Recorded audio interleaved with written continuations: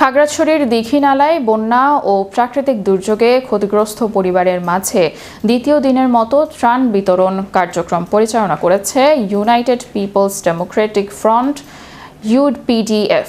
মঙ্গলবার 14 জুলাই উপজেলার হাসিনসনপুর সরকারি বিদ্যালয় মাঠে শতাধিক পাহাড়ি বাঙালির মাঝে ত্রাণ বিতরণ করা হয়। ত্রাণ বিতরণ অনুষ্ঠানে উপস্থিত ছিলেন united people's democratic front UPDF এর নেতা বর্ণ চাকমা।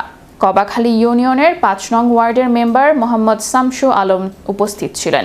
ত্রাণ বিতরণ অনুষ্ঠানে গণতান্ত্রিক নেতা বর্ণ চাকমা বলেন, দুর্যোগে ক্ষতিগ্রস্ত মানুষের পাশে দাঁড়ানো সংগঠনের নৈতিক দায়িত্ব। জনগণের সহযোগিতা ও আস্থাই সংগঠনের শক্তি।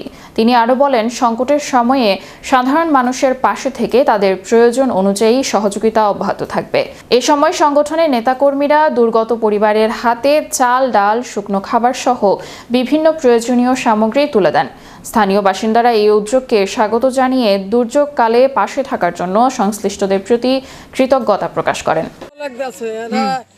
দুঃসময়ের মধ্যে ফাঁসি আইছে, ফাঁসে দাঁড়াইছে, অনেক ধন্যবাদ। আমি মোহাম্মদ শামসুর রানা, সাবেক মেম্বার, 3 নং কবাখালী ইউপি, হাসিনসনপুর 5 নং ওয়ার্ড। আমরা আজকে এই যে বন্যা দুর্গত এলাকায় ইউপিডিএফ গণতান্ত্রিকের পক্ষ থেকে আপনারা বন্যায় প্লাবিত মানুষের পাশে দাঁড়িয়েছেন।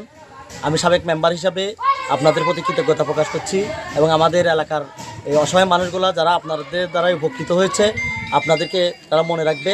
আশা করি আপনারা সাম্প্রদায়িক সম্প্রীতি বজায় রেখে এভাবে আমাদের পাশে থাকবেন। সকলকে ধন্যবাদ।